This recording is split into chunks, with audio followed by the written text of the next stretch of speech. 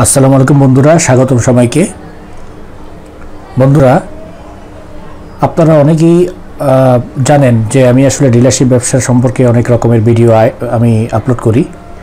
তো আপনারা মনে করতেই পারেন যে আসলে ডিলারশিপ ব্যবসায় কি লাখ লাখ টাকা আয় করা সম্ভব। আসলে সত্য কথা বলতে ভাই, ডিলারশিপ ব্যবসায় কেউ লাখ লাখ টাকা ইনকাম করে, আবার এমনও লোক আছে যারা একেবারেই নিঃস্ব হয়ে যায়।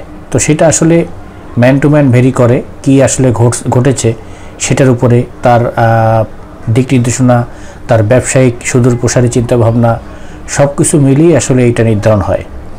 তো এটা আপনাকে মাথায় রাখতে হবে। তো আজকের ভিডিওতে আমি আপনাদেরকে বলে দেব যে আসলে ডিলারশিপ ব্যবসায় ন্যূনতম 1 লক্ষ টাকা ইনকাম করতে হলে আপনাদের আসলে কি করতে হবে এবং আসলে কিভাবে এটা সম্ভব। আসলে কি 1 লাখ টাকা মানুষ ইনকাম করে, নাকি এর চেয়ে বেশি ইনকাম করে, নাকি কম। তো আমি আজকে ডিলারশিপ ব্যবসার আসলে ইনকামের কোনো কমতি নেই। কেউ লাখ লাখ টাকার অনেক বেশি ইনকাম করে, আবার কেউ আছে কম ইনকাম করে। তো আমি 1 লাখ টাকার হিসাব দেব, সেটা আপনারা মনোযোগ সহকারে শুনেন।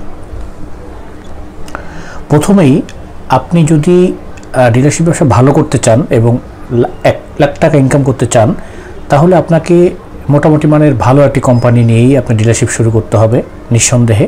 তা না হলে এটা আপনার পক্ষে কভার করা খুব কঠিন হবে। যে কোনো মানের একটা ব্র্যান্ডের ভালো কোম্পানির আপনি একটা ডিলারশিপ নিলেন, সেক্ষেত্রে নিলেই কিন্তু আপনার 1 লাখ টাকা আসলে মান্থলি ইনকাম হবে না। ইনকাম অনেক কিছুর উপর নির্ভর করে।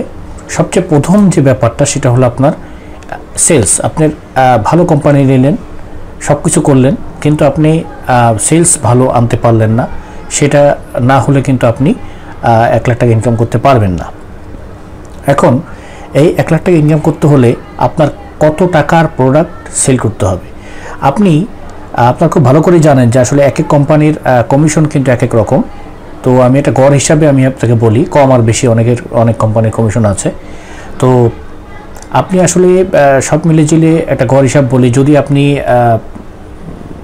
15-16 লক্ষ টাকার সেল যদি প্রতি মাসে আপনি সেল করতে পারেন আপনার এই প্রোডাক্টের, যেই প্রোডাক্টই হোক না কেন, যেই প্রোডাক্টটা হট প্রোডাক্ট বেশি চলে সেরকম প্রোডাক্ট যদি হয়, তাহলে তো এটা সেল আপনার টার্গেটটা ফিল আপ করতে ইজি হবে।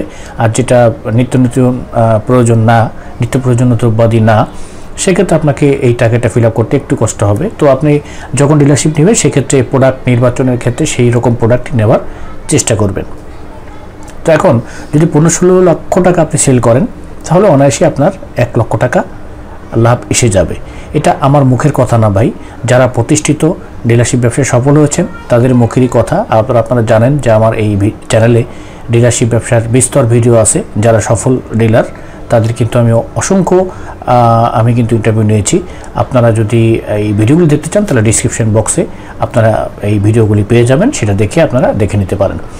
তো আপনি এইভাবে বিভিন্ন টেকনিক অ্যাপ্লাই করে আপনার সেলটা বাড়াইতেই হবে। সেল না বাড়ালে কিন্তু আপনার এই টার্গেট ফিল আপ হবে না। তো আপনারা বুঝতে পেরেছেন আসলে কিভাবে সেল বাড়ানো যায় এবং কিভাবে আপনি মাসে 1 লক্ষ টাকা ইনকাম করা যায়। আর সেল বাড়ানোটা আপনার নিজস্ব টেকনিকের ব্যাপার।